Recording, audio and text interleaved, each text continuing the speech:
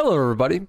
Today I'm going to be explaining the entirety of the speedrun world record for Devil May Cry Dante Must Die 100%, and telling the story of how this run took nearly 20 years to finally be completed. In order to showcase the entire run while still being able to properly explain in detail what is happening, and to be able to more accurately illustrate my points, I will be playing the entire run uncut during this video. I will be interrupting it from time to time in order to go on tangents about specifics of whatever I'm talking about, but I'll try to keep this to a minimum, and only do so when I deem it absolutely necessary. There will also be a custom on-screen display for each mission showing what the requirements for that mission are, be this completing secret missions or requirements for rankings. This video is very obviously inspired by this masterpiece of a video by Matthew Matosis. It was one of the most influential videos to my content creation in general, and I would love to dedicate this video to that video. Hopefully that's something that he would like. In the interest of being original and self-contained though, I'll try not to cover the same grounds as his video as much as possible, and when I do, I'll re-explain it, giving credit to the parts that I originally had the idea or initially heard from his video. His video particularly looks at the game design elements itself, whereas this video is seeking primarily to take a look at the game's design from the perspective of this particular speedrun. The run itself was done by a friend of mine, Slickford, and I'll be linking his Twitch channel and the full run in the description. Before we jump into the meat of the video, I've been uploading some highlight videos to this channel for a while now, and they've been a bit divisive, so I decided to stop uploading them to this channel, and I made a new channel just for those. WaifuRuns TV is where all the highlight videos are going to be from now on. If you like those, please go subscribe there and support it. I'd really appreciate it. I have also been attempting to do 100% Dante Must Die and be the second person to ever complete it because of Slickford. And so I'm doing 100 no reset runs of all collectibles, trying to get a 100% completion. I'm doing all these runs live over on my Twitch stream. If you want to join me on this journey, the link will be in the description. I'm also uploading every single one of those no reset runs on the archive channel. The link will be there as well. In early 1999, Hideki Kamiya is working on the game known as Resident Evil 4. Tasked with only his second ever role as a producer on a video game, shortly after his smash release hit that was Resident Evil 2. The company was putting pressure on him to break the mold and create something completely new. Something that would push the market and pioneer a new generation of Resident Evil. Now with the technology pushing the PlayStation 2, Capcom had a whole new array of ambitions and techniques to really bring the fear into Resident Evil. That was fun and all, but an artist's ambition is not something so easily corralled into a specific vision, especially when the artist is someone named Hideki Kamiya. He had a different vision for this new title. He wanted to make something with a bit more action, and something with a bit of style. Thus was born Devil May Cry. After deviating much too far from the horror and suspenseful nature of Resident Evil games, Kamiya convinced the higher-ups at Capcom to let him fully pursue this new ambition, and make the crazy action game he had always wanted. Because of this, we ended up getting this genre-defining game that many of us know and love. The game paved the way for all 3D combat going forward, and came to be the definitive standard for incentivizing skilled play through in-game systems. With its brutal difficulty and its layered ranking system inspired by Resident Evil 2, Devil May Cry always had an additional challenge in store, no matter how much you had felt you mastered the game. One of the main intents of this game was to make the player feel as stylish as possible, and one of the ways it incentivizes you to play stylishly is with the style ranking system. The player normally will always go for the most optimal strategy when playing a video game. It's a natural inclination of all humans. This is even more true for a speedrun, where time is the most important factor.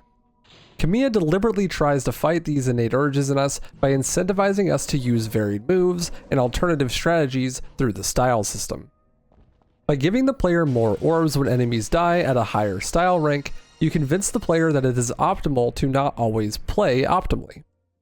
Of course, in a speedrun setting, this would normally not matter, as time is the most important factor. But because orbs is one of the main factors that leads to your end of mission rank, something I'll talk about at length later, even those who wish to play as optimally as possible are forced to vary up their combos and approaches for certain engagements. This level in particular is the first one that we want to achieve the special bonus ranking on, a ranking even higher than the S rank that many of you may know. To To achieve such a ranking on this mission, we must collect over 400 orbs and complete the mission without taking any damage. Time is a non-issue. In this run, Slickford gets hit by a marionette in the basement, and that eliminates the possibility of getting the special bonus on mission 1, and sets him rather far behind on the orb routing for this run. Because of this, there is no longer any reason to try and raise the style meter and get more orbs. It's better to do the optimal damage and get out of the mission faster. Not wasting any more time on orb collection, Ebony and Ivory can actually shoot really fast. Almost as fast as you can press the button. Each button press equates to 1 bullet fired, and if you mash at high speeds, this is actually a higher damage output than any sword combo you can do, and it's much safer. These Bloody Marys on the top floor will activate their Devil Trigger if you're too close to them for too long. If that happens, it essentially refills their HP and doubles their damage resistance, losing about 30 seconds per one that DTs. I think it's a perfect time to explain one of the key differences between this game's normal and Dante Must Die modes. Obviously, like most hard modes, the enemies deal more damage and bosses have more health, but an exceptionally large amount of development time was poured into the harder difficulties for this game. While it is primarily balanced around playing on New Game Plus, it's not exclusively so. The regular enemies don't have any additional health, and the player does the same amount of damage.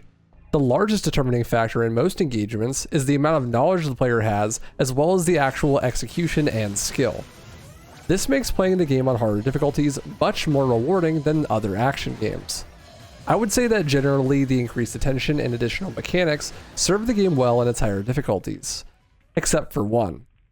There's a lot more randomized encounters on Dante Must Die, and I don't think the developers realize what kind of crazy difficulty swings this can produce on a new game. In just this mission, the hallway can either be full of marionettes or one shadow. While the shadow can be exceptionally difficult if you're new, once you know you can jump on the skewer and critical hit them, then the room becomes trivial, whereas the marionette version of the room, if you don't have your own Devil Trigger, can be quite brutal. This is only accentuated in the next room, where it can either be blades or Sinsides, the latter being infinitely faster and easier to deal with. Ultimately, the strategy for getting a special bonus on this mission requires you to get a shadow on at least one of the hallways and getting the critical hit kill, as this gives you enough orbs to get the special bonus. This mission also requires you to not take any damage to get the special bonus. This can be exceptionally difficult if you get bad RNG and get blades, because blades are really hard to read and you have to kill all 3 at the same time for the door to open. If you don't kill all 3 at the same time, then they'll continue to spawn repeatedly, and at some point, they'll start spawning with Devil Trigger active, making it practically impossible to leave the room without taking damage, let alone with speed. Slickford in this run managed to snag the special bonus while getting blades, which in and of itself is impressive. You'll notice that on this mission he grabbed the shotgun, and on the first mission he grabbed 4 blue orb fragments. This is because this is a 100% run. I think now is probably the best time to explain exactly what that means. Everyone knows that any percent means beating the game with any percentage of the game completed. This implies that in 100%, you must complete 100% of the game. But what does that mean in the case of a game like Devil May Cry? Well, first off, it means that you must complete all 12 of the optional secret missions, the first of which you can see in the very next mission. You must also collect all the blue orb fragments in the environment, buy every move in the shop, and collect every optional weapon. On top of that, you must buy all permanent blue and purple orb upgrades from the shop, and receive an S rank on every mission in the game. Here's the real kicker though. You have to do it all in one playthrough. If you don't have enough money to buy all of the shop items before ending in mission 23, then the run is not valid. The ranking system is a scoring system that gives you points for each criteria based on how well you performed. Up to 500 points in the 3 main categories: time, orbs collected, and damage taken. Each mission has a set of parameters to score you against. For example, mission 3 requires you to beat it in under 3 minutes and with over 550 orbs.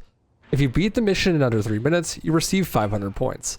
If you beat the mission in over 3 minutes but less than 30 seconds behind, you receive 300 points, and so on. This applies to orbs collected and damage taken as well. Taking any damage at all automatically removes 200 points, only giving you 300. Taking 1 health bar worth would remove even more than that, leaving you with only 100 points for damage. Collecting certain percentages of the required orbs also docks you your points.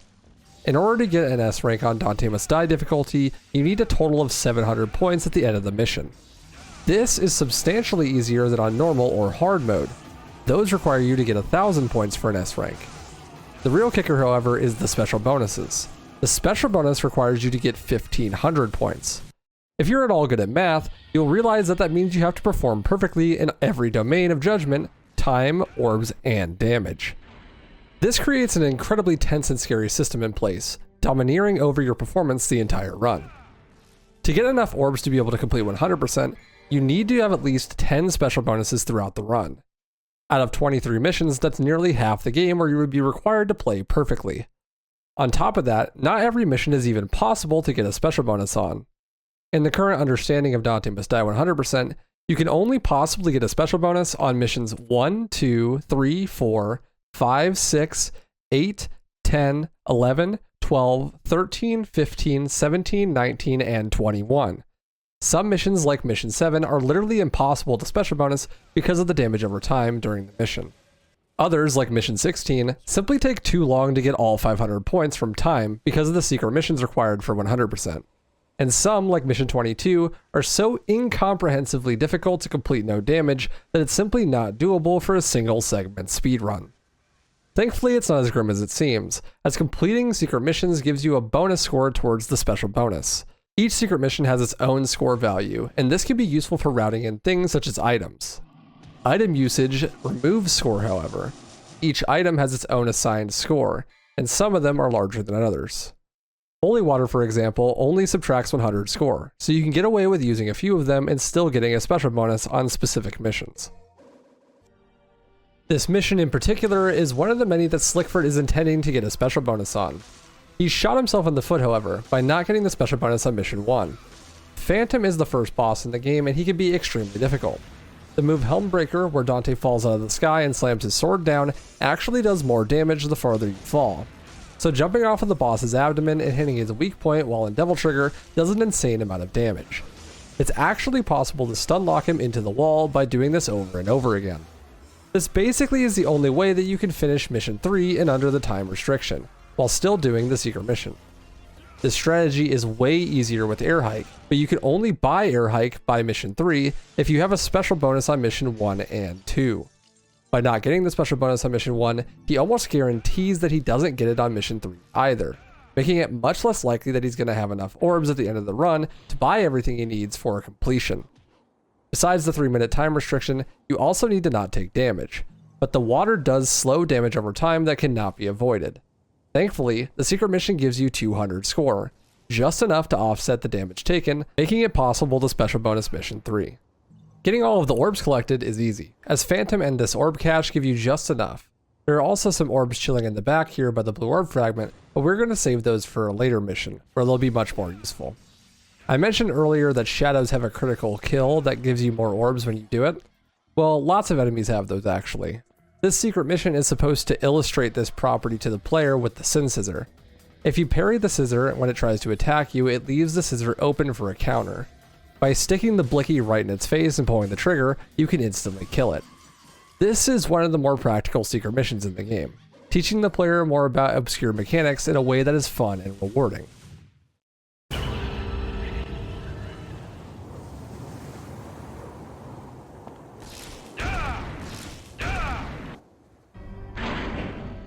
Because his fight was too slow, Slickford missed the special bonus on Mission 3 as well, putting this run in dire straits.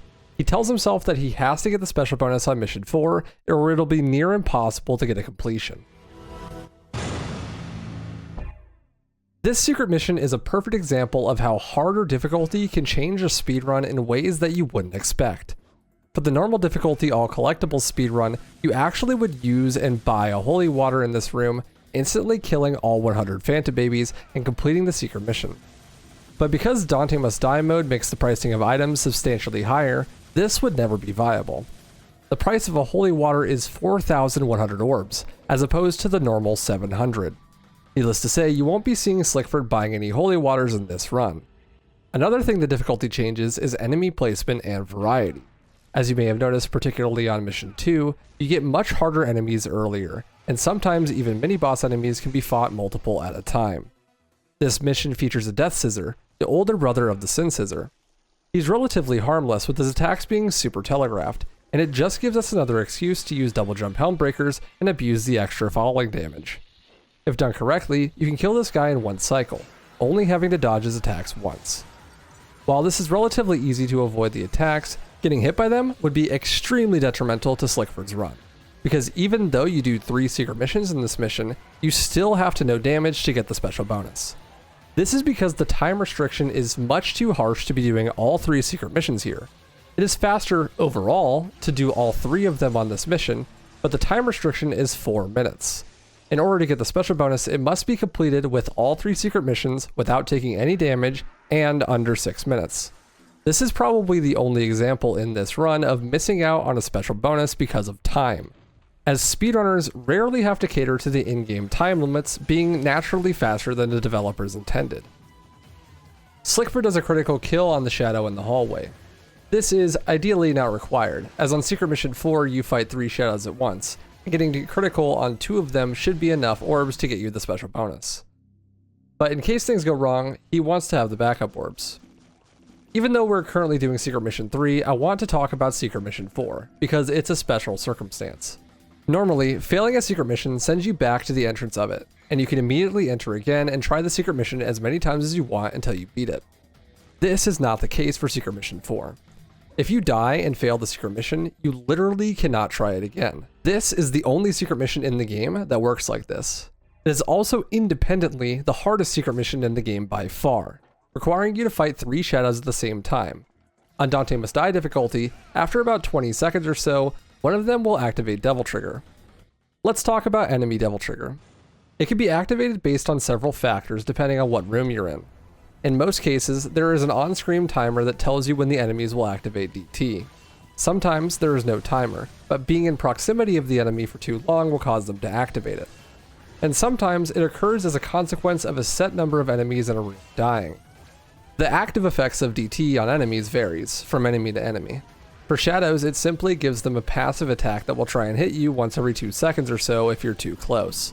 This is incredibly hard to avoid, especially if there are more than one of them in the room. The strategy for this room is to run immediately to the one on the right and hope that it skewers. Normally you have to shoot the shadow until they show their core, and then you can hit the core until they turn red. Once they're red, they're going to try to eat you until they inevitably explode. Shooting from the skewer skips the core phase and immediately turns them red. In this run, Slickford misses the first skewer but gets the second. Then he is hit and pauses for a moment, contemplating if he should reset or not. Realistically, there are only 15 missions that he could special bonus, and he's lost 3 of them already. That means if he were to continue, he would not be able to miss any more than 2 special bonuses for the rest of the game. He decides to continue because he's tired of resetting mission 1 and 2 over and over again. Even though this start is bad and relatively slow, it is still possible to finish, so he decides to see it through. And aren't we all glad that he does?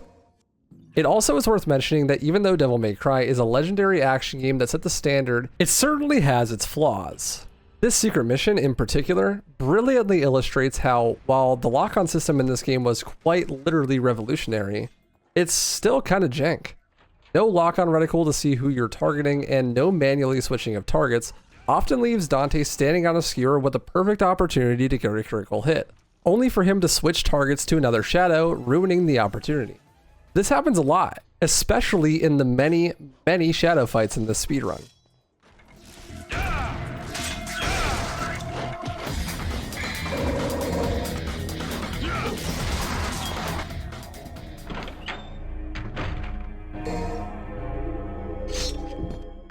Up next, we have the first Nero-Angelo fight.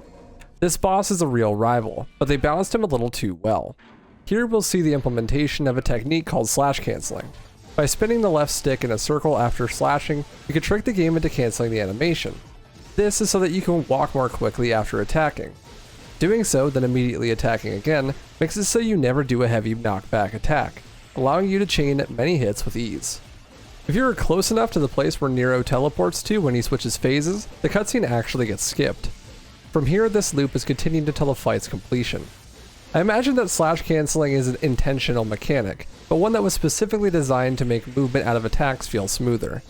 but the developers probably never intended for this to be used mid-combat. I mean, look at this boss. Obviously, this is not what was intended. It's a hard thing to do consistently though, and by no means does it trivialize the boss. In fact, there are several ways to loop Nero, many of which don't use any sort of animation cancels.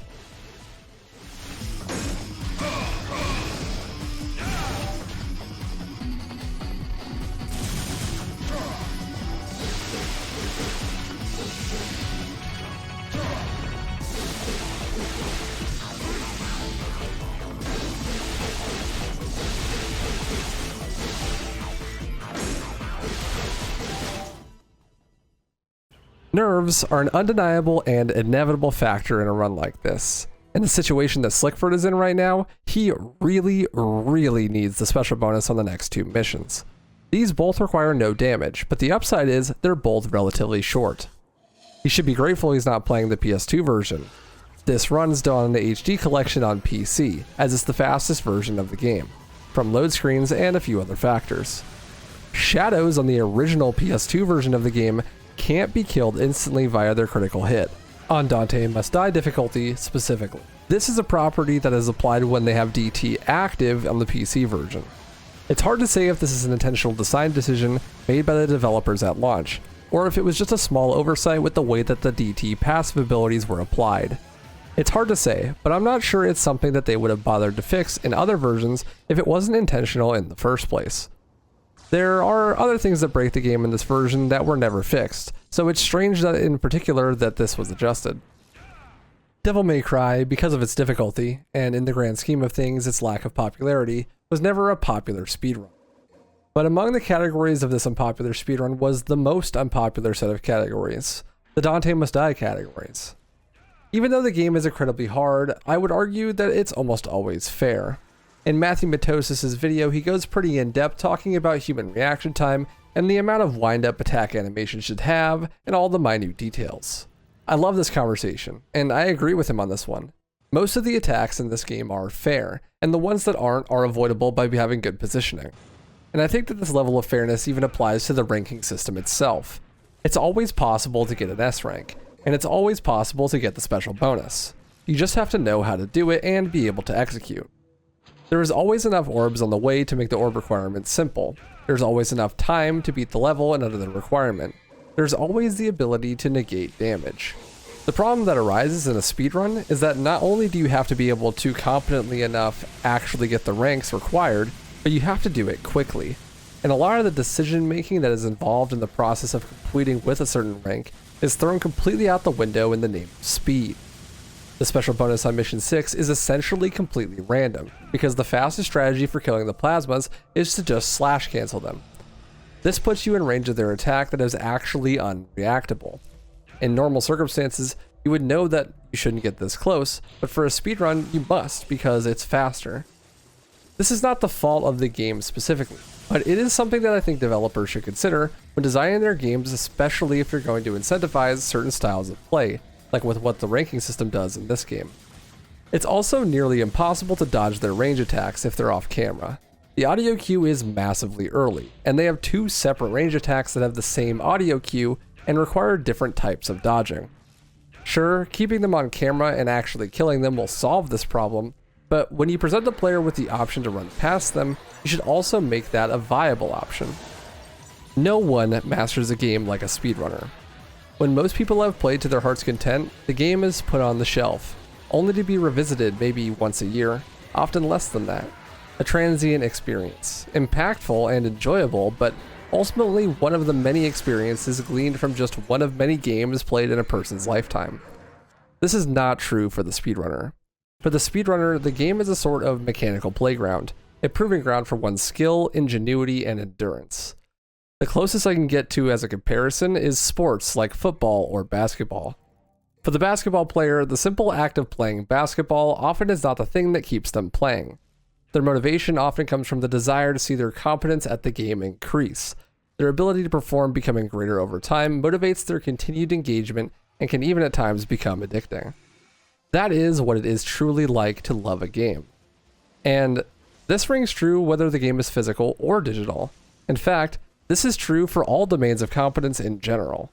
If there's an ability to engage with the systems in place, someone somewhere will find value in trying to push themselves to the limit of those systems.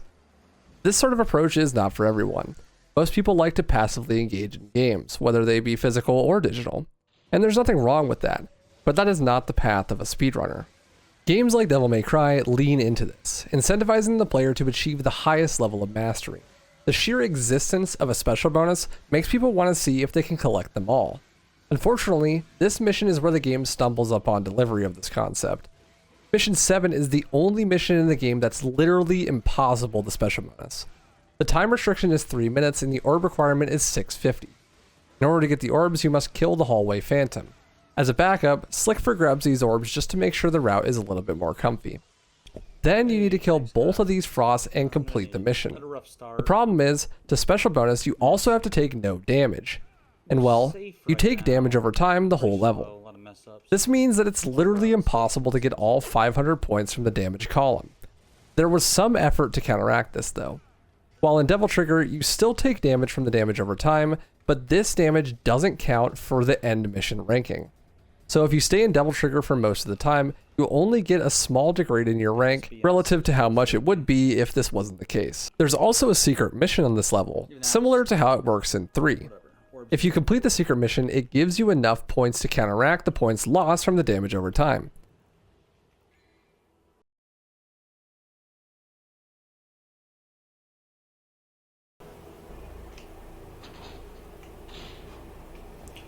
Alright.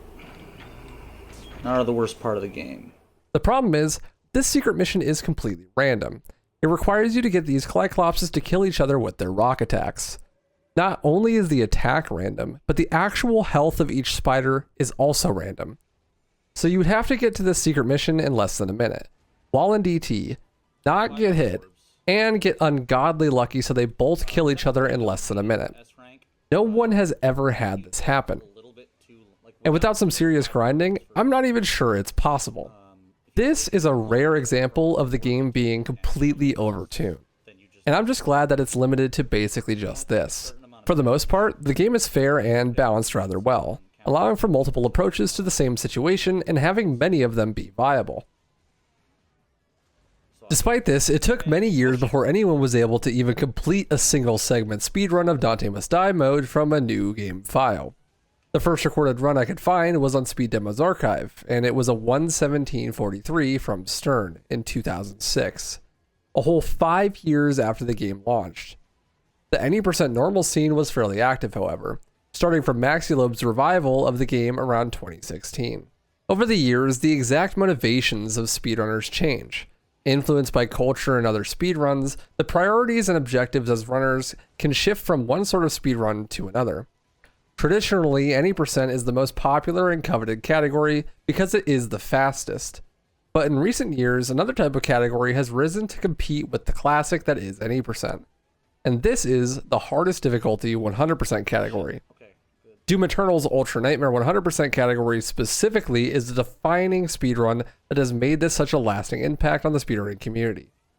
While completing the game by any means necessary is certainly fast, and all speedrunners have some admiration for the craft, for some, the hardest difficulty Collect Everything run, or as I will call it from here on, HDCE, is a better test of the player's complete skill set. Because of the popularity of Doom Eternal speedruns, especially the 100% Ultra Nightmare category, many speedrunners of other games started thinking about making their own variations of the category. HDCE runs don't always make sense for every game, especially ones that don't have a percentage counter in game or a checklist of collectibles to make sure you got everything. But for the games that it does make sense for, speedrunners everywhere started taking on this challenge, and many see it as the true test of one's mastery over their game.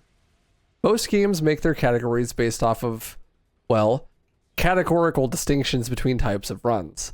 This means that things like completion amount, difficulty, and character often qualify each category. Let's say, for instance, you have an easy, normal, and hard mode. Then you have any% and 100%. If you create the categories categorically, then you'll end up with 6 categories, 3 difficulty variations of each completion amount. This makes it so that the categories are similar enough that they don't need explaining, and every possible variation of the category is automatically made. This is how it was done in Devil May Cry, and so the HDCE speedrun had always existed. And even so, 20 years later, it had yet to be completed. This category being Dante Must Die 100%. This Phantom fight is basically the same as before, except this time it's easier to get him stuck because Slickford has air hike. This isn't the only way to kill Phantom though. If you kite him into the center atop the stained glass, you can get him to jump on it repeatedly. If he does it enough times, he'll fall through and instantly die. It's just another example of how there's many valid ways you can approach fights in this game. This is only marginally slower than doing the fight this way, but because Slickford wants to get the special bonus, he needs to make sure he doesn't take any damage. It's of utmost importance that he gets every single special bonus left in the run, as there are 2 of the possible ones that are incredibly difficult in late game left, and he can't guarantee those as easily as he can the one on Mission 8. It took 5 years for someone to be able to complete a single segment speedrun of any % Dante Must Die, and into 2022, still no one had been able to complete 100% DMD. People had tried. Notably, some of the Eastern speedrunning community had, in the mid-2010s, been experimenting with Dante Must Die difficulty. However, it's hard to determine if these runs were legitimate single-segment speedruns. The runners who put them up were never particularly communicative, something that's foreign in speedrunning communities. They also never used external timers or any sort of microphone or camera during runs. Because of the way that load screens work in DMC, it's extremely easy to splice footage in this game. Those things combined with absolute insane level of play and luck leads many to be suspicious of the integrity of these runs. But one thing is in their favor. They never touch the normal costume Dante Must Die 100% category. This is because of the nature of the first mission. If you select the normal costume, you start without Devil Trigger until midway into Mission 2. This makes Mission 1 one of the most brutal and grindy parts of the entire speedrun, leading to an exponential increase in resets compared to the alternative Legendary Dark Knight costume. This costume starts the player with Yamato instead of Alistar, and you get Devil Trigger from the start of Mission 1. This small advantage may seem marginal, but it is literally the difference between hundreds and hundreds of resets for an actual full single segment run. A few runs were done segmented. This means that the player would make saves at each mission and do them over and over again until they did them all perfectly across many different attempts. Then they would splice them back together to make it appear as a single play session. Our friend Stern is back, and he completed this segmented 100% run in 2006 using the legendary Dark Knight costume in 1 hour, 35 minutes, and 34 seconds in-game time. 2 more runs were done after this. The first is questionable if it's single segment, but it's a 129.37 IGT by Bass Omega X. If it really is single segment, then it is quite impressive for its time, but it's still done on the legendary Dark Knight costume. Generally, LDK costume runs were considered to be a bit of a meme. They only marginally make the category less reset heavy in the first mission, and then after that, the entire game is exactly the same. And while that's true for 100% DMD as it is other categories, it does make the run significantly easier to get off the ground due to the large amount of RNG factors at the start of the game. So for this category specifically, it didn't really seem like people wanted to bother with the normal Dante costume. Well, most people.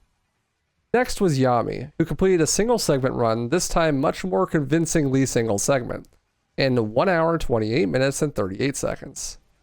Mission 9 is one of the few missions where it's actually possible to get the special bonus, but Slickford won't go for it because it's too slow. Even when fighting for the first ever completion, it's important that the run is something that he can be proud of. He didn't decide to run this category just for free internet clout, of which there isn't very much attached. Slickford very much falls into a similar mindset as myself when it comes to speedruns. He will be satisfied by the run when the run is good, and when the run is good, he'll be satisfied. A speedrun can be the world record, or even the first ever completion, but if it doesn't live up to your own expectations, then it's not good. In order to get the special bonus on this mission, you would have to actually fight Griffin. You could just leave the room as soon as you pick up Ifrit by punching the door open. But staying and fighting him is the only way to get enough orbs to be able to special bonus. The question becomes then, what about the extra fight makes the run no longer good? Is it simply because the fight takes too long and you shouldn't do it unless you have to? Or is there some other principle being applied here? Whatever it may be, it doesn't apply to the next mission. Well, at least not in this run. The mission has you following a guiding light through each corridor. It's actually not preset and can change at any moment. The light tends to go inside enemies, but you can push those enemies through the doorway and force the light in that direction. At the end of the mission, it's technically possible to have a good enough early game orb route to be able to buy a holy water here and use 2 of them on the Clyclops. It saves about 20 seconds and makes the level easier, but it requires such an insane level of play that I don't think we'll ever actually see it in actual runs. That's the balancing act of doing a speedrun that's extremely difficult. Realizing when it's worth it to go for a skip, like Griffin 1 skip, and when it's just not worth it for the lost runs, for the theoretical time save, no matter how large. This game's a great example of that in many areas. Alright, E and I.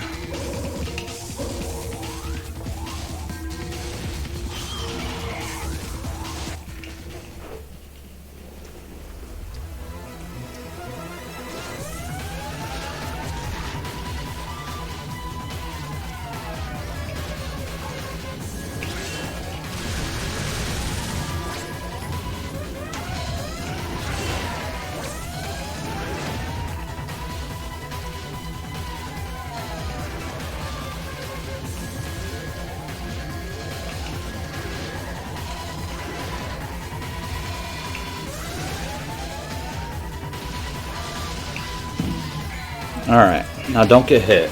So much easier said than done.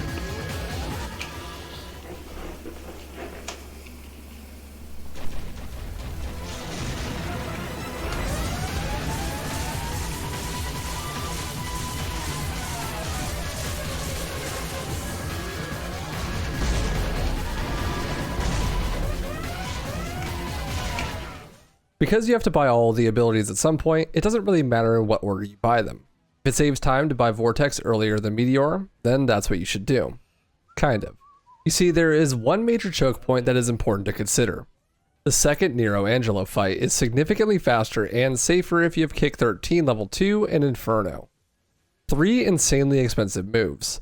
Slickford is saving up to buy them at the start of Mission 11. If he can't afford them, then the run is basically dead. I've never seen him continue a run if this was the case, and it's probably because this is a surefire sign that no matter what you do, you won't be able to buy all of the moves and items from the shop by the end of the game if you can't buy these moves on 11. Technically, buying Vortex as early as Mission 6 is possible, and it's faster, but on this run in particular, it was not possible. If he did that, then he wouldn't have enough money to be able to afford Inferno and Kick 13 at the start of 11. Speaking of Mission 11, it's pretty fast paced and has some interesting routing going on. Because the secret mission at the start gives you 100 points, you can use the holy water on this level and still special bonus as long as you don't get hit and collect enough orbs. The secret mission itself takes approximately 1 second to complete, so time is never an issue.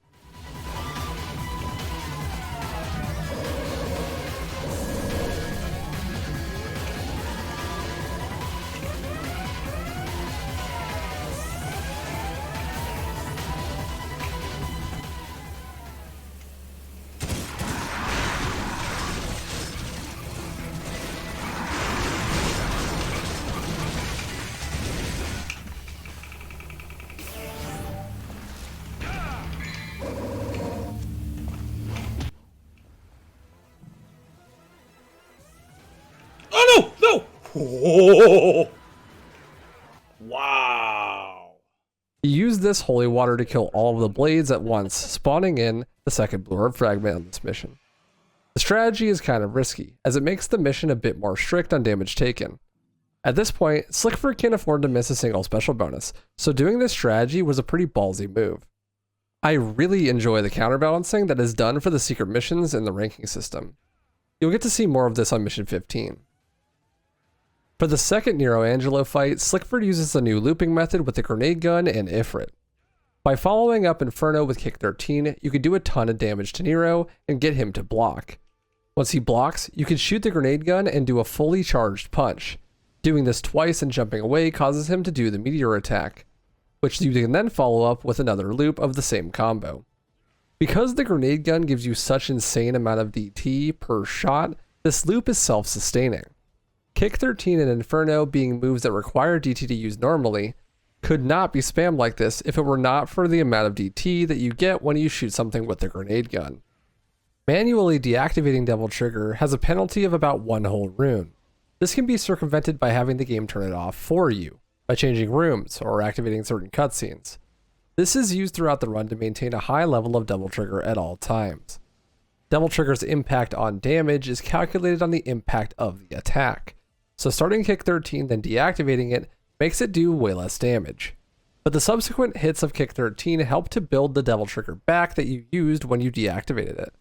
In general, the guns in Devil May Cry are very overpowered, by far the most overpowered in the series if you exclude Faust. But the grenade gun is on another level.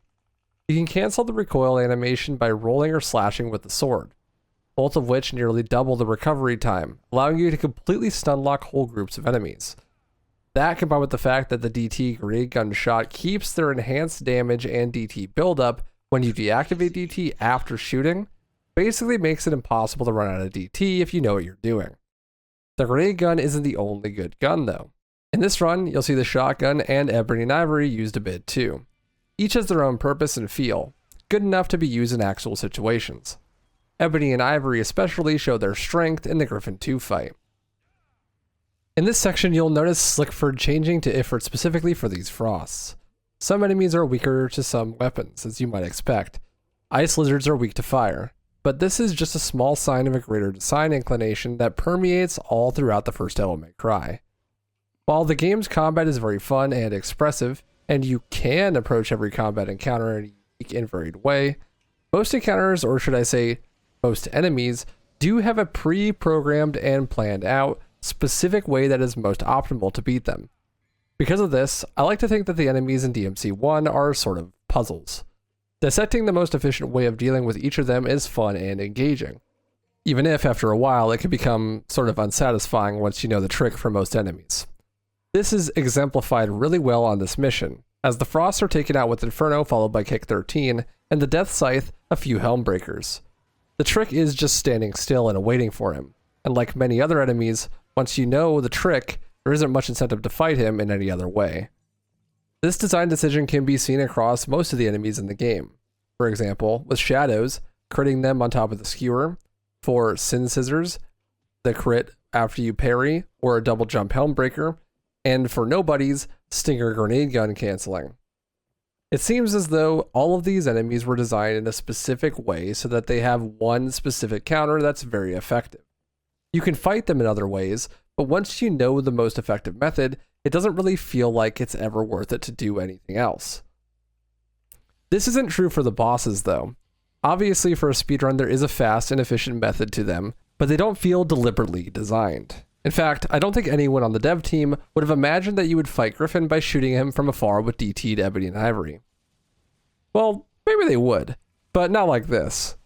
Griffin's AI can be manipulated so that he lands on this spot if you shoot him in the body once, at the start of the fight, and then kill the flying electric bird on the 4th pass. By not shooting Griffin again, he will always land. Then you can go on top of the mast and rain down bullets from above. With good mashing and proper DT management, you can get a nice 2-cycle on this fight, and it's incredibly consistent. Back to Slickford, he needs to know damage this mission and the next mission in order to special bonus them. Mission 12 doesn't require anything special, just good play without taking damage. Damage on this level mostly comes from the Frost or the Death Scythe, unless you choke the manipulation.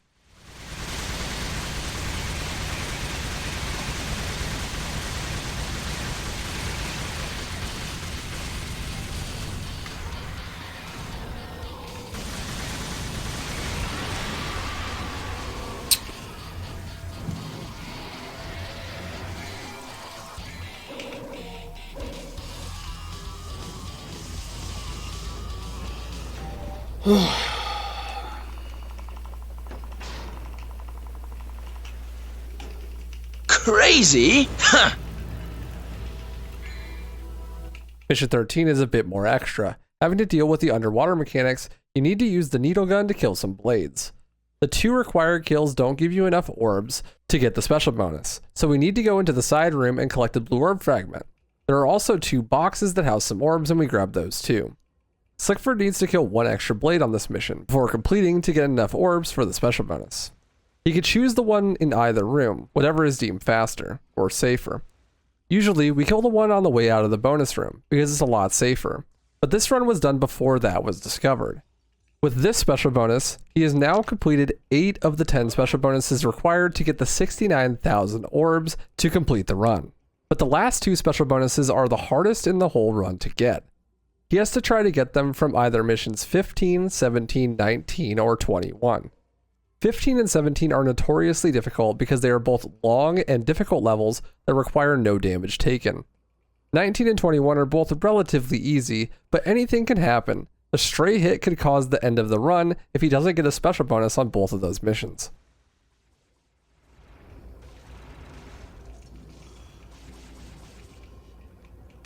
Please. Oh, God. That was close. Now is probably a good time to address the timer in the room. This game's IGT, like many others, is very flawed. While it doesn't count load times, making it rather fair, it also doesn't count time spent in the menu between missions, or time between missions in the intermissions. This means that you could spend a near infinite amount of time in the gaps between missions 13 and 14 and 7 and 8, and the in-game timer would not progress at all. Because of this, runners like Yami abuse these oversights in the timer to artificially lower their time for the speedrun, while spending more time in real time. But a good example of this is Yami spends about 5.5 minutes in the intermission between missions 7 and 8, collecting orbs, items, and grinding Phantom. He kills him 4 times for a few thousand extra orbs. This entire grind was not timed, and this run was on the in-game timer. This is why the leaderboard changed to using a real-time timer for speedruns. Exploits like this ruined the spirit of the run and made runs like 100% DMD substantially easier. Up until about 2021, this was basically it. No one had ever completed a run of DMD 100% with the normal Dante costume, and those who had completed it with LDK were either sussy bakas or abused the game's internal timer in ways that make the run substantially easier. As far as many were concerned, no one had yet truly completed the run. Slickford and many others hated this IGT manipulation. Thanks to the switch from using in-game timer to a real-time one, Yami was no longer getting those orbs for free. It was costing him time. But Slickford knew he could do better than that, so he set out to beat Yami's in-game time. But Slickford wasn't going to farm at all. Beating Yami's IGT while not farming would mean that his pure time, movement, combat, and routing for like 4,000 orbs would have to be faster than Yami's across the whole run, by more than the amount of time spent grinding, nearly 5 minutes. That wasn't enough though. Slickford also discovered that you could still S-rank some missions even with a death, mission 17 in particular. He wasn't going to be satisfied with that either. On top of that, it was discovered that you could save some time by saving and loading the game in some sections, and save time on backtracking with movement. He decided that he wasn't going to do that either. Even when running the hardest category that you can imagine, in a game that is notoriously difficult, a feat that hasn't been completed in over 20 years of the game being played, it wasn't enough. He wanted to make a run that he could really be proud of. In fact, he said he wanted it to be the best run anyone had ever done of Devil May Cry at the time that it was done. And I certainly can't argue that it wasn't. While it may sound like a crazy run, I'm pretty sure everyone in the Devil May Cry speedrunning community believed that Slickford could do it, and that he would be the first. It was only a matter of time. You may not know this, but speedrunning is very small. You may see YouTubers with millions of subscribers speedrunning to their heart's content, and maybe even lots of individual people participating in speedrunning. But in the grand scheme of things, it's a very, very niche hobby. Sure, some games have thousands of submissions on the leaderboard, or maybe even a few hundred active runners. But how many people do you think are running more niche speedrun games? Games that aren't Super Mario 64 or Minecraft. It's very rare that games will have more than 5 active runners, even games as popular as Devil May Cry. In fact, tons and tons of games are carried by a small handful of individuals across many years. Some games have had a single person route and run the entire game all by themselves from scratch, and have been grinding it out alone for years. Thus is the sometimes solitary nature of speedrunning. Simply grinding away at a challenge that you aren't even sure is possible. Grinding for times that you aren't even sure are good. Even in the communities that aren't super tiny like Devil May Cry, there is usually a pack leader, someone who is far ahead of the curve, innovating and grinding like no other, completing feats that people thought not possible. For DMC1, this is Slickford. New to speedrunning, he was inspired to start by the first ever Devil May Cry 1 speedrunning tournament held by DeCosmic and Scruffington. Determined to be a high-level runner by the next tournament, that would come roughly 1 year later, he put his nose to the grindstone and took a deep dive into the game's most optimized category, any percent. Just a few months later on his birthday, Slickford would achieve his first ever 36 IGT, dethroning the king of any percent, Maxi Lobes. Slickford wasn't done though, he was only getting started. He set his eyes on the runs that he thought would be more interesting than any percent. He was looking for something closer to the base game experience that you would get when playing Devil May Cry. Something with a bit less holy waters. Okay, there goes this SB, but whatever. I wasn't really banking on that one. This is around the creation of the All Collectibles category, which is 100%, but it doesn't require the S ranking of every mission or buying all of the items in the shop. This category was a nice introduction into the higher completion way of playing the game, but without requiring perfect play to be even able to finish the run. After dominating that, he set his eyes on normal 100%, where Yami was the only true rival. Without manipulating the IGT, however, Slickford beat Yami's time by over 5 minutes, while still losing nearly 5 minutes to Cosmo Climb at the end of the run at Mission 21. Slickford was proving himself to be a natural all-rounder for Devil May Cry 1, dominating each category that he touched. He was only aiming higher. With normally essentially conquered, he set his eyes on Dante Must Die. But this was going to be much more difficult than he had initially anticipated. Before he even attempted 100% DMD, he spent nearly 2 months just practicing individual missions, especially the ones with bosses. Griffin 2, Griffin 3, Nello 2, Nello 3, and especially Nightmare, and Mundus. With the S rank requirement, taking a single hit on any of these bosses could lose you so much health that you simply can't S rank anymore. Not to mention, you can very easily die in a split second, killing any chance the run had at completion. But in July of 2021, the grind would start, and Slickford would learn just why no one had completed a run of this category yet. Even though he was improving greatly, the task seemed to be insurmountable, and with the next DMC1 any% tournament just around the corner, it was time for Slickford to get back to his roots, and show that he hasn't lost his touch for any% or normal difficulty. In his efforts, he ended up getting the any% world record again, winning the tournament that had inspired him to start running just a year prior.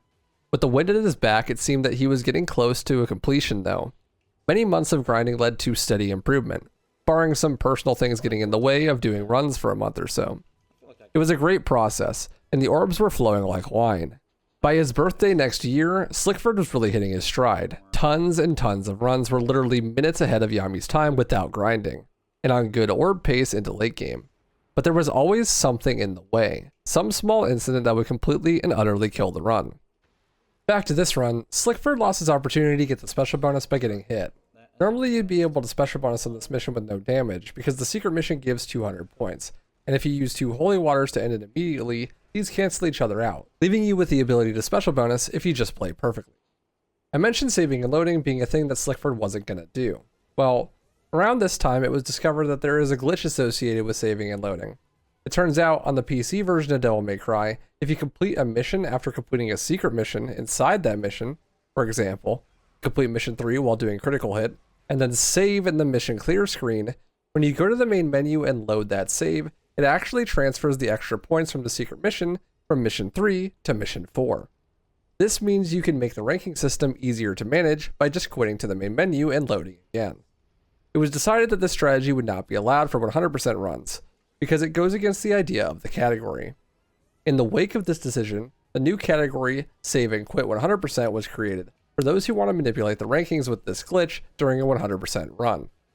You could do this trick in any other category though, so it finds its uses in all collectibles. But only extremely recently, as more information about the glitch was uncovered. This ruling came in just in time for a new submission, into a separate category. Exolito L, a Korean speedrunner, submitted a Dante Must Die 100% speedrun done on the Dante costume, but this run was almost 2 hours long, not using basically any speedrun strats, and most importantly, he used the save and quit glitch in mission 7. Or so we thought. When I was researching the save and quit glitch, I came across a discovery. Exolito L actually didn't use the glitch. Once he completed Secret Mission 5 during the intermission between 7 and 8, he saved and quit. This put him right at the start of the intermission. It saved the fact that he beat the secret mission and collected the blue orb fragment, but it teleported it back to the start instead of having to walk back. This actually did not trigger the glitch, because only making a save at the mission results screen can cause the glitch. The trick he did was just a genuine time save that was possible in every category, including 100%. This was just knowledge that was recently learned though. Even now, we are consistently learning new things about the glitch. For example, it was learned the other day that it stacks the amount of points that carry over across multiple levels. So if you get 200 score from doing it on mission 3, then do it again after mission 4, you'll start mission 5 with 500 extra points, trivializing even the special bonus. This is also the only known way to get a special bonus on mission 7. It has alternative uses too. On mission 15, you can go and do the secret mission, using the 2 holy waters and save and quit after picking up the blue orb fragment. This skips the secret mission clear screen, but it still shows that you beat it in the end results. It also teleports you to the beginning of the level, skipping the backtrack, and on top of that, it removes any damage taken or item used during the time, before the save from the mission rank, making mission 15 an easy special bonus for all collectibles. What that means though is, Executical L's run was actually the first valid Dante costume Dante Must Die 100% run, and it was done several months before Slickford's. But watching it is not fun. It's super slow, over 2 hours, and doesn't really do any speedrun strategies. It also has a death on mission 3, requiring them to completely redo the mission from a save. That's not to knock the run at all, it's impressive in its own right, but I'm also not downplaying how much better Slickford's run is than that one, mostly due to its own imposed rules. This is a perfect illustration of a good run versus a completed run. Slickford wanted a good run.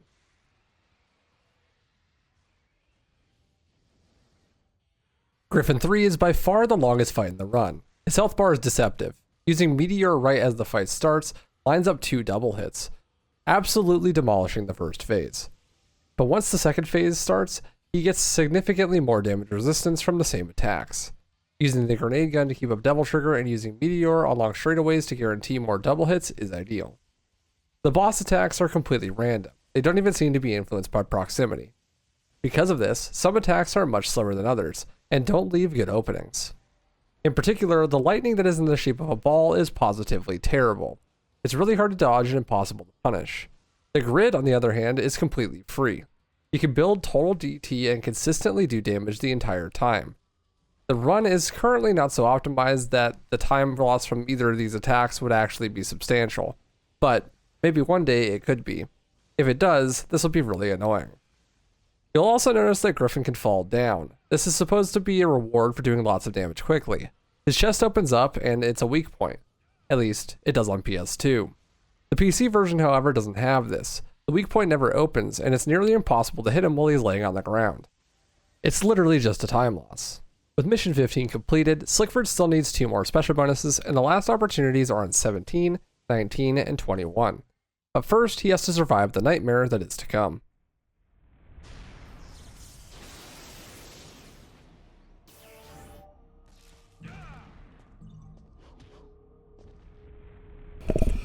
So we're still alive at least. There's that. Come on. Didn't really want to play along, but that's alright.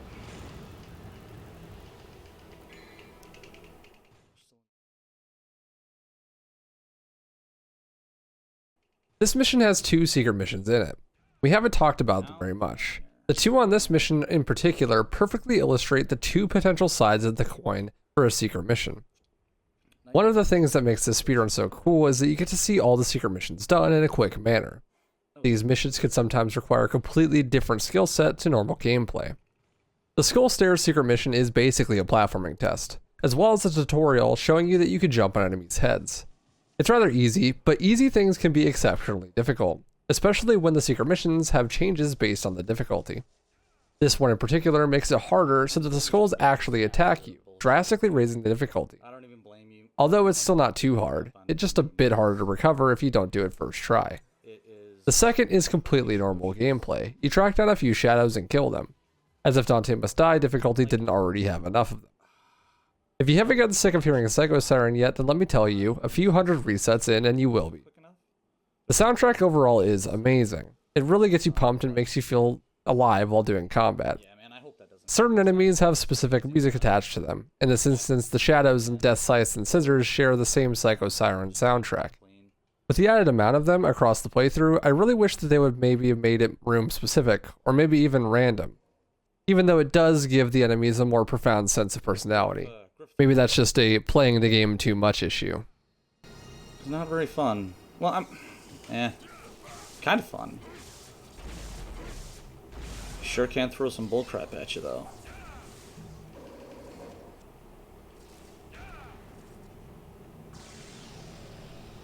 It is. It's been a while since a room has been like this, but this level has a couple of rooms that require you to kill all of the enemies to proceed. Grounding combat in this game is super fun, and it usually boils down to devil trigger management. It gets a bit more complicated in the hallway, though. This is because the door opens when all of the spawned enemies in the room die. If all of them are dead, then the door opens, even if more will keep spawning. This means that you aren't trying to kill them all as fast as possible, but instead trying to kill them all at the same time. This adds a bit more nuance to the combat, and there are 2 rooms like this across Mission 16 and 17. Nightmare is my favorite boss in the game, and that's probably a weird take. But if you've seen my video about him, then you would know why. He's a completely deterministic boss. That means every single thing he does is on purpose. It can either be manipulated or predicted. This makes him, in the words of Matthew Matosis, more of a puzzle boss. I can rather agree on this point. Most of the bosses play into the idea that you're battling a sort of equal, something that is unpredictable and dangerous. With Nightmare, it feels like he really leans into the enemies as puzzles idea that I was referring to earlier. If you have no clue how the boss works, it's rather difficult. But once the knowledge is learned, it becomes more valuable than any other weapon in your arsenal. Primarily, the boss has 2 phases, a sludge phase and a solid phase. The sludge phase is invincible and takes no damage, but it can also hurt you indirectly. It sends little minions after you to freeze you solid, but they can be avoided by just jumping. It also tries to swallow you up, but if it does, it doesn't do any damage. It does take you into a second world, however, where you refight one of the previous bosses in a weaker form. This is really slow, so we don't do this in the speedrun, but it is worth noting it can happen. When you hit the dials in the room, you turn Nightmare solid, then the dance begins. His attacks always come in the same order. First from the front, a laser beam that tracks you. Once the attack is initiated, a blue core is exposed on its back. There are 2 of these. Hitting these cores damages Nightmare, but there is a very important gimmick associated with them. They have 3 colors, blue, green, and then red. Each color is associated with a phase. On each phase transition, the boss attacks for longer and has more damage resistance for that core. The 2 cores are independent of each other, and the cores will change phases on a certain amount of hits. Notice that I said hits, not damage. This is key, because if you hit the core lots with light attacks, it will break faster and do less damage. The optimal strategy is to do lots of slow, heavy attacks that do more damage with the least amount of hits. At least, kind of. Back when Slick first started running this, that's what he did, and there was a problem.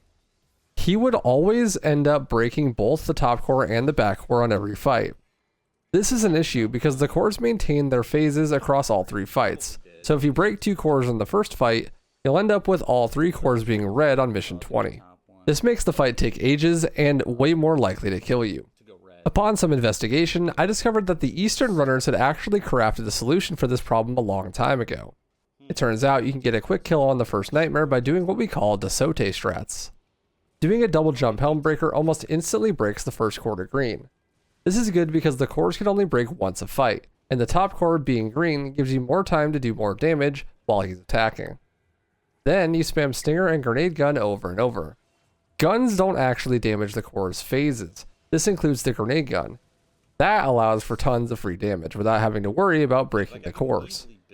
After the front attack is done, Nightmare will spin around and attack from the back. If you deflect this with an attack, in this case Rolling Blaze is the easiest method, then you can get a free combo off. By alternating front and back, Alistair in the front, Ifrit on the back, you can kill Nightmare faster than before and with only breaking 1 core, allowing for green cores on Mission 20 and saving over 3 minutes by removing the need for diving inside.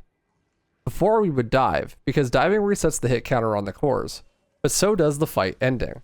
So as long as you end the fight with only 1 core broken, that's how it will be on the next fight.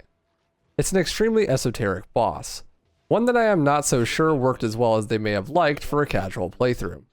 But the more I learn about it, the more I love it. It's so incredibly interesting and idiosyncratic. The mission itself can't be special bonused because of time and damage. The DeSote strategy requires you to take chip damage for Nightmare, and chip damage on DMD is basically your whole health bar. The second secret mission requires backtracking to get to, and it takes a long time to complete. Not to mention the DMD Nightmare fight is also pretty long up by itself, even with DeSote strats. But this leads us right into the next opportunity for a special bonus on Mission 17. Oh, come on, dude. Sometimes they just refuse to die. Like, that's way too much health. Jesus Christ.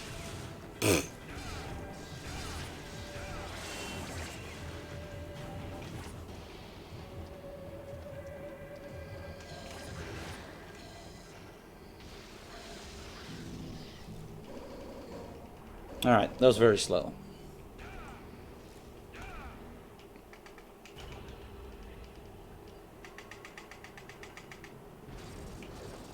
I could definitely see that being your favorite. It's fun to, like, hunt them down. That's cool. A little bit too much of a bitch to find on someone's first playthrough, but, eh, what are you gonna do?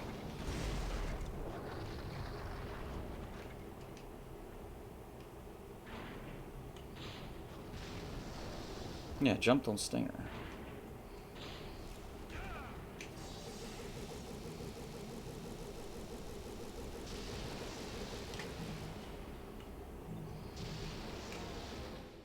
Being the only person to ever seriously attempt a run like this, Slickford was on a bit of an island. Most of the knowledge about the Dante Must Die difficulty was locked away in the minds of some Eastern runners who were no longer around. He simply had to reverse engineer every strategy by watching the old runs and trying things for himself. This is a daunting task.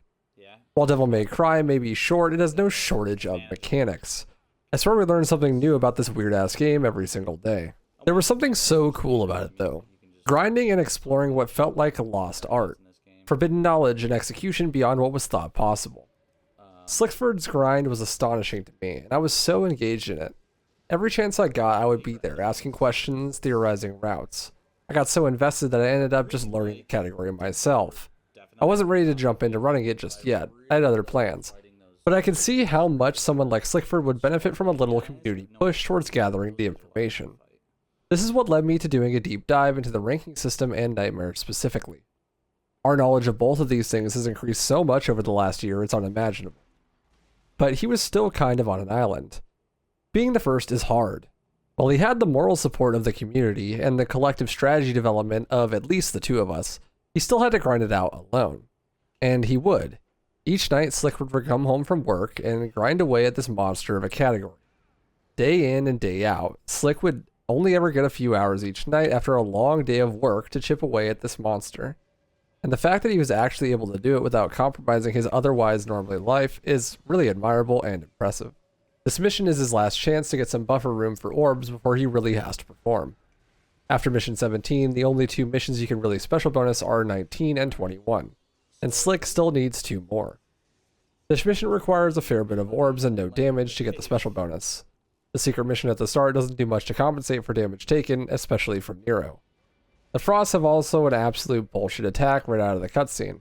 Apparently, its active frames hit only 7 frames after the cutscene starts to fade, meaning that you have to be actively spamming the roll button when skipping the cutscene. Even then, you still get hit sometimes. With Nero, basically all of his attacks take you to 0 health, so you can't take a single hit, otherwise you definitely can't special bonus. Speaking of Nero, you may have wondered why I keep calling him that since his name is Nello Angelo in game. Well, I can't explain it as well as Matthew, so I'll let him do it. Nero Angelo would have been mistranslated as Nello Angelo because of the way L's and R's work in Japanese. There isn't actually an L sound in the Japanese language, they just have an R sound, but they don't pronounce it quite as harshly as English speakers would. So when they take a word from another language into Japanese, the L's get turned into R's. If you were to get your hands on the documents for Devil May Cry and Nero Angelo was written in katakana, it would read as Nero Angelo instead. Consequently, when a translator sees a foreign word in Japanese, they need to ascertain whether the R's really are supposed to be R's or whether they should be replaced with L's. In this case, they guessed that both of them should be L's, so Nero Angelo becomes Nello Angelo. This hallway is the last in the game that has random enemy spawns. It's slowed down a lot from the start of the game, and that's a good thing. The previous hallway in Mission 16 was also random. Could have been a shadow as well as fetishes. I think technically the shadow is faster, but not getting as many orbs can be scary when trying to get the S rank. On this mission, it can either be nobodies or fetishes. The way the fetishes spawn in this hallway make it exceptionally hard to kill them all at once, often losing upwards of 30 seconds. For such a big RNG time loss to exist this close to the end of the game is really unfortunate, but I guess at least it's the last one. Getting hit by the frost seal's the deal for Slickford. Now he has to absolutely perform and get special bonus on 19 and 21. This was expected, but it's unfortunate to add extra pressure onto what was already such a high stakes run. The Nero fight itself is effectively the same as Mission 11, looping him with Ifrit, but this time you have more DT. If you fire a grenade launcher from the start of the fight, there's a high chance he'll do a meteor. If he does, you can go right into the loop and punish this. It's important to note though that the loop can be broken if you don't steer him correctly. If Nero gets too far into certain walls, he'll actually register it as being out of bounds. When this happens, his AI breaks the loop, and he starts walking back in bounds. This causes him to pimp walk towards you, ruining the loop. The windows specifically and the stairs can do this often. If you manage to lose the loop and he starts doing summon swords, it's cool to note that you can jump into him with rolling blades and cancel the swords. He falls out of the air and right back to the ground. Then you can look for an opportunity to set up the loop again. This is the last we're going to be seeing of Nero for the game. It's cool he has such an interesting boss strategy. There are several ways to loop him, this just happens to be the fastest one. He gives a Sparta sword, which is absolutely useless. You can't activate Devil Trigger while using it, which means no Vortex, no Inferno, no more damage. It apparently does the same damage as Alistair while in DT, but without DT. But you don't really use that very much anyways, so it's not very useful. Okay. So no SB, it should be fine.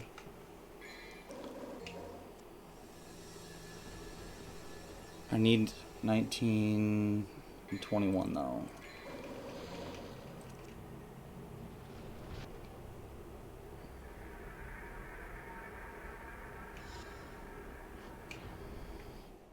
Mission 18 is relatively straightforward. No secret missions, no gimmicks. However, it has the second nightmare fight, and this means that it's not possible to special bonus. While it is technically possible to no damage the fight, doing it quickly is basically impossible. And for the speedrun, sacrificing those orbs for the speed and consistency is important, especially so late into the run. It's common in speedrunning for more risky strategies to be employed early in the run. The further you get, the less likely you are to show their ugly heads. Most people are okay with losing a run 5 minutes in to gambling for a small time save. Not so many are okay with doing the same thing over an hour in. Since this is the last time we're going to see the first person underwater levels, I want to mention that there are actually a really robust set of controls for this. If you hold down the right bumper, you lock into tank controls and can swim around while facing one direction. You also can quick turn underwater with Y and swim backwards. This makes water traversal a bit less cancerous. You're welcome. Watching this back, you can really tell how new the DeSote strats were for Slickford. He maybe only started doing them a week before this run. DeSote strats for Nightmare are probably the single hardest strategy in the whole game, and the story of how he discovered them was pretty funny. Basically, because of how much IGT abuse and how many meme strategies were in Yami's DMD runs, most runners basically wrote off the old DMD runs as being probably slow, and not worth looking into. Upon further inspection, some of them, particularly DeSote's runs, were unbelievably godlike, so much so it calls into question their legitimacy. Speedrun drama aside, after spending like 8 hours trying to make my own strategy for Nightmare, I went to see how much faster it was than what DeSote was doing, only to realize that the strat I spent all day making was actually a minute slower than what they were already doing. Serve us right for not taking those old runs seriously, I guess, but it was a massive improvement for the run. Had this run happened a week or so earlier, it probably would have been about 3 minutes slower. Even if Slickford could save an additional minute on just being more comfortable with the Nightmare fights in general. Familiarity with strategies is almost important as being able to actually execute them. If you aren't totally familiar with the strategy, you will hesitate. Hesitation can lead to disaster, especially if the strategy requires a high level of precision, as DeSote strats do. I'm just glad he didn't lose the run here, because I would have felt really personally responsible and guilty. So thanks, Slick.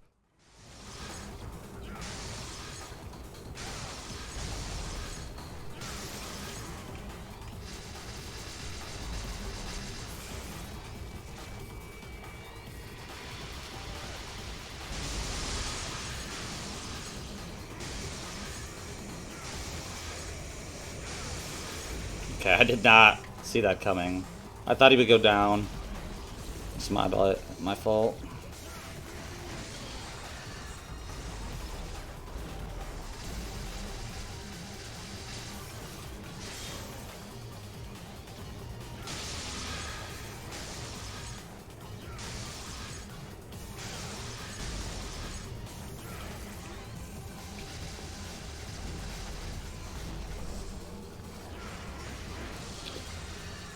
Alright, next one should be Mr. Boomerang attack.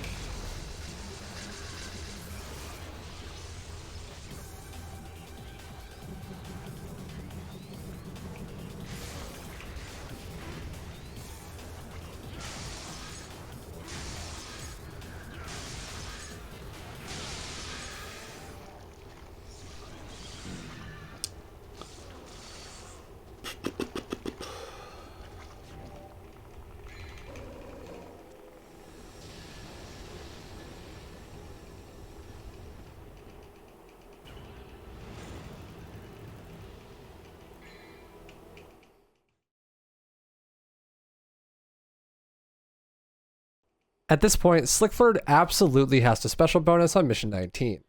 It's a simple special bonus, just don't get hit and collect some extra orbs. There's actually only 3 enemies in the whole level, so it shouldn't be that difficult. They are nobodies, notorious for being really hard to corral. Slick must be extremely careful when dealing with them. This mission also has the last 3 blue orb fragments out in the open, but if you're going to miss the blue orb splash screen, don't worry. There's still one more secret mission left. We also pick up Nightmare Beta here. Similar to Artemis in DMC3, if you ignore it early, it shows up again later, almost as if it's begging you to use it. It's way faster to pick it up here instead of on mission 15, and since it's basically a useless weapon, it doesn't matter that we don't get it for those 4 missions. I say useless, but Nightmare Beta has a lot of potential. Just the fact that you get it so late makes it so that its uses are far and few between. If you equip the weapon, it's holstered on your left arm. Ifrit attacks with this arm then do an additional 1.5 times damage. And this attack stacks with Devil Trigger if you activate it at the right time. This combined with charging the Ifrit attack can deal an insane amount of damage. That's another thing to mention. Ifrit charged attacks. Thanks to some data mining that a few people did a couple years back, we know that Ifrit takes 71 frames to fully charge. But it actually does more damage from frame 40 to frame 61. Almost 1.5 times damage than the full charge if released at frame 61. It's hard to tell if this is intentional. While I don't see how it isn't, I also can't imagine why they would make it this way. There are similar just charge techniques in later games, but those rely on timing it with the timing of it being fully charged. Maybe it has to do with the charge being exactly 1 second, and incentivizing proper timing. Either way, it's not that useful, as the only enemy that we use charge attack on is Nightmare, and Nightmare already has an 8 times damage modifier for fully charged Ifrit attacks that does not stack with the early release. We also collect these big red orbs near the end of the mission. These are the same orbs that were on the same bridge in Mission 3. If you don't collect them then, they turn into bigger versions of themselves for later missions. This is extremely useful for getting the special bonuses on both Mission 17 and Mission 19. Nope, didn't need to jump there. In the cultural understanding of speedrunning, there's a lot of focus on world records, competition, and collaboration. I love this. The wider speedrunning community focuses a lot on indirect competition, pushing the boundaries of what is possible when it comes to raw completion time. Striving, forcing each other to become better players, and better people. Because of this, rivalries are formed and barriers are broken. On the other hand, though, the community has a large emphasis on the collaboration and discovery, testing and theorizing, breaking and innovating games since the game became a thing. These two are some of the most culturally visible elements in speedrunning, but there is much, much more to it than that. And if I may, I'd like to shed light on my favorite part of speedrunning, perhaps the third leaf of a greater clover of speedrunning. The single-minded determination of being the first to complete a challenge. Overcoming the insurmountable odds one day at a time. The run we have been watching was attempt number 375. That may not sound like a lot of attempts, but every single attempt of this run, Slickford took as far as he possibly could, completing many of them with just shy of enough orbs to be able to buy the last blue orb. Just shy of achieving greatness. The suffering and agony of these close calls haunts him as he walks into one of the final hurdles. What has killed so many runs before, and had killed the run one day prior. On that run, Slickford was 2 special bonuses ahead of pace, and was on track to beat Yami's time by over 5 minutes. But he has made a fatal mistake. He has mismanaged some of Nightmare's cores across the fights, and then he gets trolled by the Frosts using rest.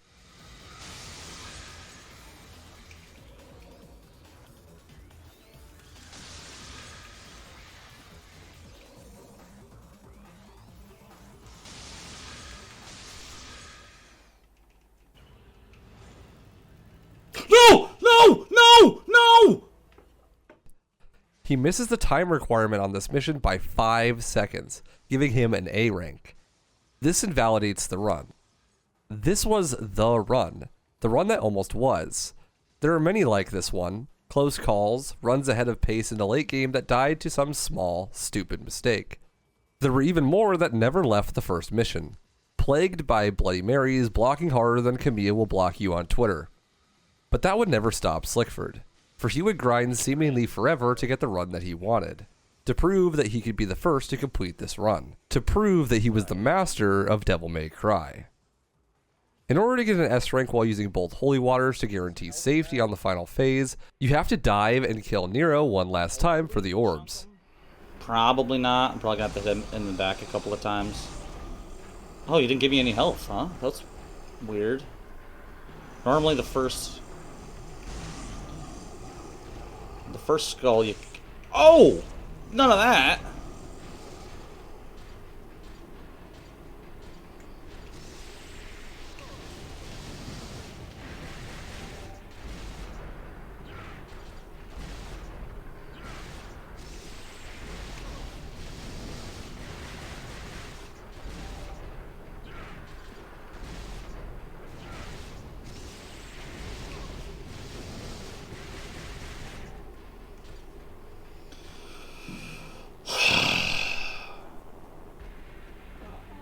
I got screwed. I got screwed out of some health. I gotta be careful. I gotta be very, very, very, very, very careful.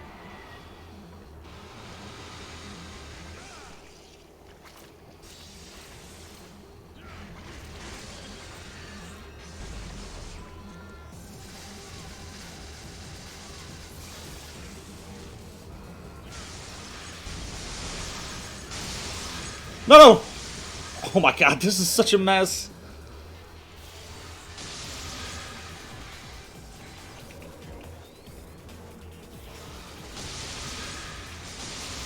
Oh my god. Crazy?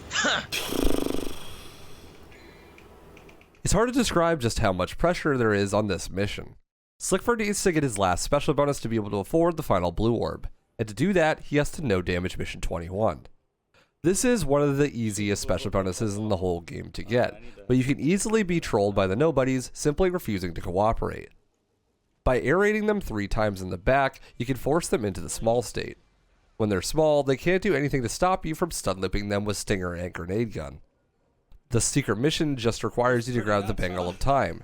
There's a blue orb hidden within it that you need to grab as well. Only cost me like a year of my lifespan. Jesus.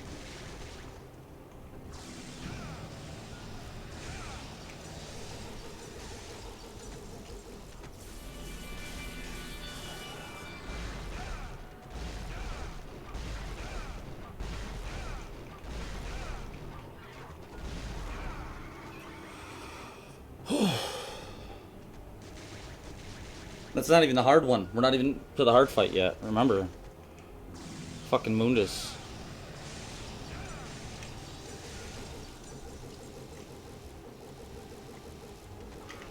One, two, three, four. Yeah, boom. Alright.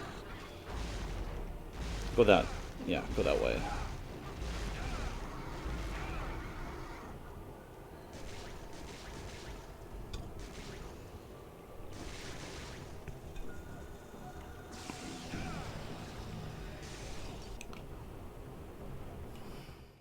Once you reach the room with the bangle, you can stand on this specific spot and do an air raid.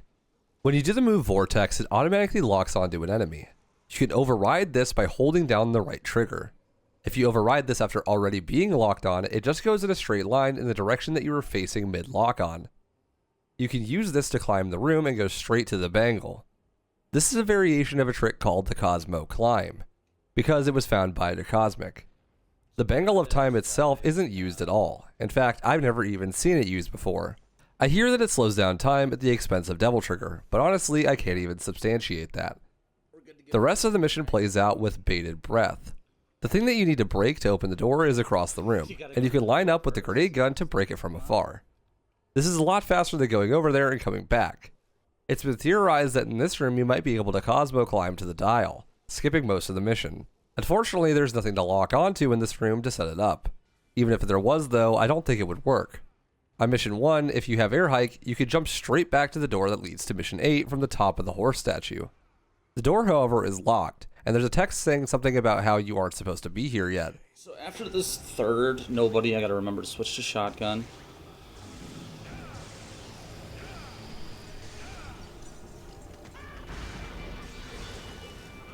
Okay, this is definitely not how you ideally fight nobody. Bit of a mess. That's alright.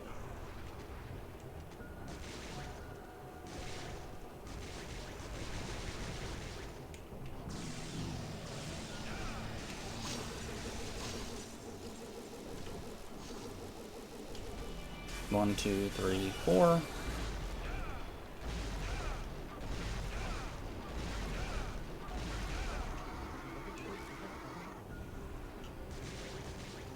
Oh yeah, shotgun.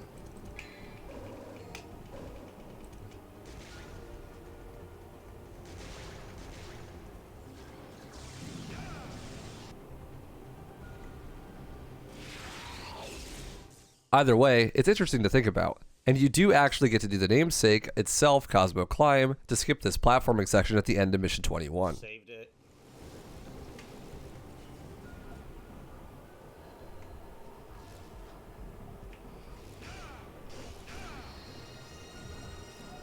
Okay, I will be focusing. Whoa! Okay, good. Jesus Christ, that scared the shit out of me.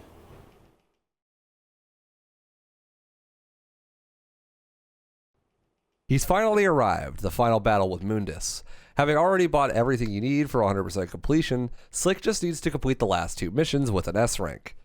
You can actually die on Mundus 2 and still S rank, the orb counter being set to 0. So that's basically 500 free points. The time requirement being 8 minutes should always be doable unless you get exceptionally bad luck, but damage can be scary, because Mundus hits like a truck and his attacks can be really hard to read. As much as I hate on this section, and by extension Kamiya, I do respect his ability and tenacity. It's the only thing that would make a game like this possible. Because he's so hard-headed, I get one of my favorite games, and it birthed my favorite series. As much as I could have done without the hairier shoot-'em-up section, I understand why it's here. What I don't understand is why it allows you to shoot as fast as the game can read inputs. I tested it myself when making a macro to mash for me. The only limit is how fast the game can read inputs in the shooting section. Obviously, the faster you mash, the more damage you do, and you can actually kill Mundus in one cycle here if you mash hard enough. Because of this, we have decided to allow the use of macro to mash shoot for you, specifically for DMD runs. The pure amount of mashing in both mission 1 and on mission 22 are quite literally dangerous to the health of the player, and providing the option to use a macro to save your hands is a nice touch that makes the game that much more accessible. Of course, it's completely optional, and you can get the one cycle without using it. It's just a lot harder on you and your hands. Slickford, being the absolute chad that he is, obviously chooses to not use the macro, and it's a pretty fucking sick flex.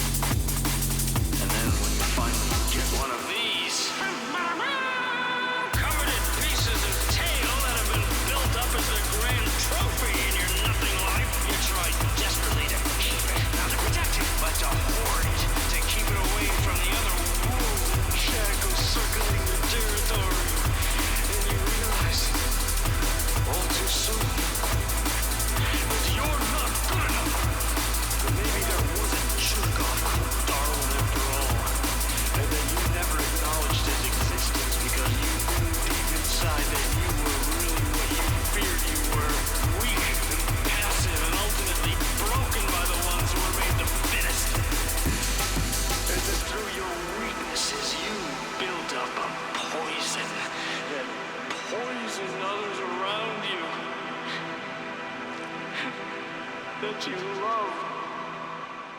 And the only true justice was to let those dominant jackals feed on you, survive off you.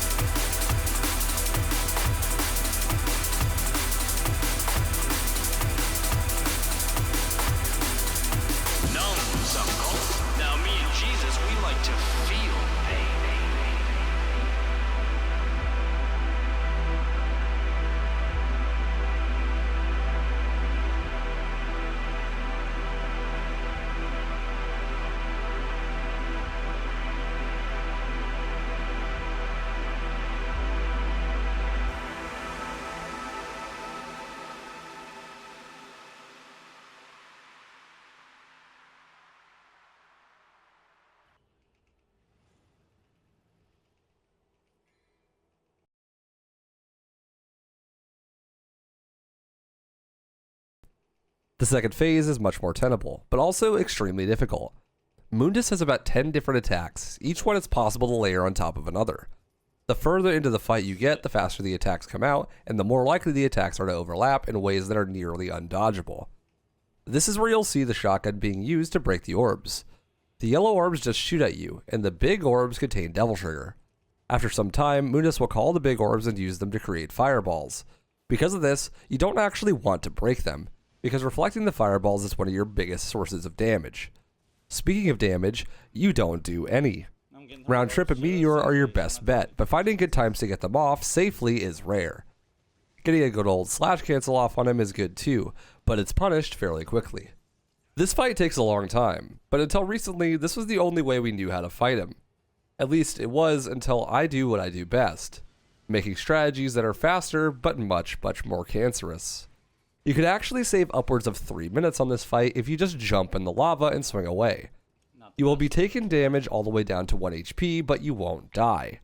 The lava itself can't actually kill you, it only weakens you. So if he dodges attacks from up close, you can actually just wail on him until he falls over. It's way faster and less RNG dependent. The only problem is, if you get touched, you instantly die, so it's massively risky without a ton of practice.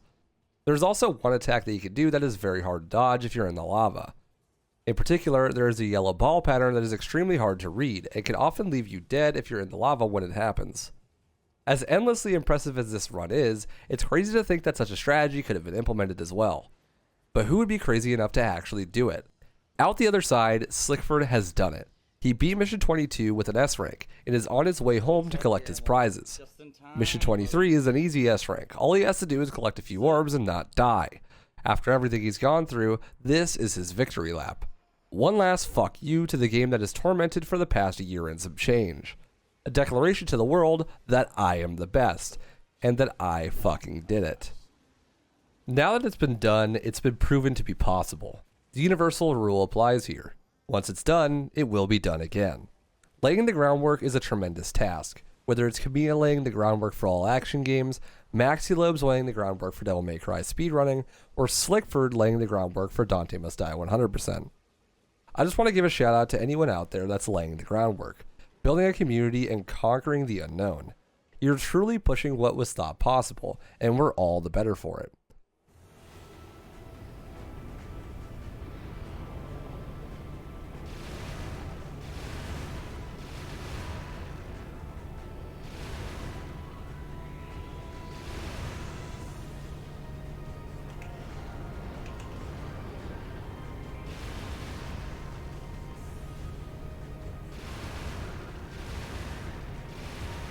done. I fucking did it. I fucking did it. I'm gonna let him talk. Tell him, Dante.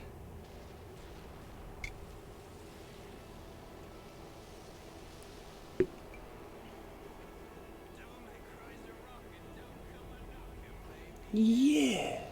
Jackpot. Seeing this run finally come to fruition after over a year of watching it unfold was amazing. I can only imagine the euphoria that went through Slickford's body when he came out the other side. Devil May Cry on the Dante Must Die difficulty, no saves, no deaths, no farming, no IGT abuse. Truly the greatest Devil May Cry speedrun to exist to this day. My favorite part about this run is that way back on Mission 4, when he got hit during Secret Mission 4, he paused for a moment and thought, should I reset? And he said, no, I got this.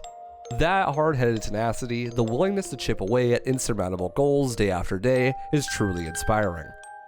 Thank you to Slickford for this journey, it has been awesome. And thank you to Matthew Matosis for inspiring my content with your video. If you haven't, please go check out the full run on Slickford's Twitch, the link will be in the description. And make sure to go follow him for more DMC1 as well. Please go watch Matthew's video as well, it is legendary. And if you like this, then you will definitely love that. And depending on how much you like this, you might want to consider supporting me on Patreon, like these lovely individuals here. Thank you so much for watching, and I'll see you next time.